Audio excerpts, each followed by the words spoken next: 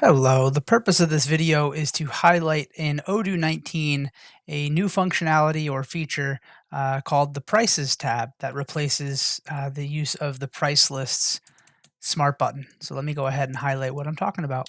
So in our products, if we go into a product here, we used to have a smart button up here to add different price list rules for your different products, right? So if you had a quantity discount or maybe a different type of discount for different vendors or whatever it may be, or customers rather, you'd have to go into that smart button and create those one by one. What they've done in Odoo 19 is bring it more in line with how our purchases prices work, right? That you have a table here that you could simply add.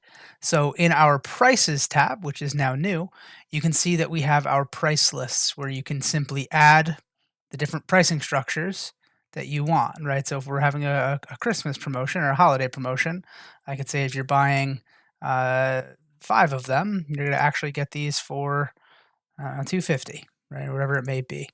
Uh, this prices tab makes it a lot simpler for you as a business to manage your prices for your products as opposed to having to click into a whole new smart button. You see it all right here. If you have any questions, click the link below.